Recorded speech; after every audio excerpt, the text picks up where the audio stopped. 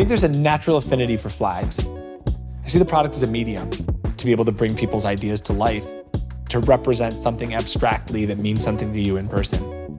You get a pack of pennants of somebody's pennant collection, and the pennants tell the story of these people's lives. The origin story of Oxford Pennant is that I started the company with one of my best friends. We came across an estate sale, and we came across a vintage pennant. And I said, "Where would you get one of these made?" And he kind of shrugged his shoulders. Our original business idea was that we would make pennants that said things related to Buffalo and take them to Buffalo festivals, and hopefully we'd make enough money to be able to buy beer after the festival. But folks would see our Instagram feed and say, "Hey, these are really neat. I didn't know anybody made these anymore. Can you make these with my kid's name on it, or with my school's name on it, or with my town's name on it?" And we just kept saying yes. And the company just went from being an idea to a real thing. It still catches me off guard.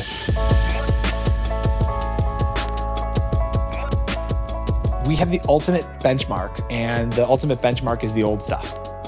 If we can make it as well as the makers did in the early 20th century, we're usually doing something right.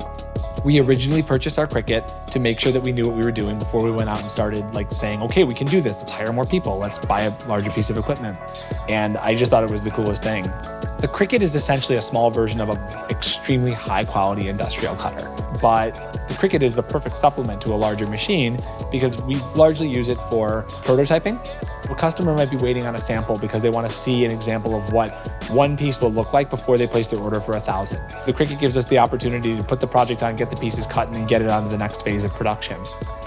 There was an instance a few weeks ago where we had some downtime on the larger machine, and I'll call Carly and I'll say, can we just throw it on the Cricut? For the urgent orders that need to go out, the answer is usually yes.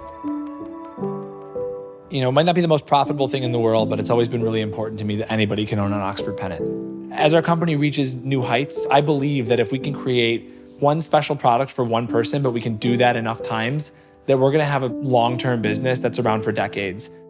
It's important to me that we have a product that people can bring with them on their life's journey, and I think that we're really capable of doing so.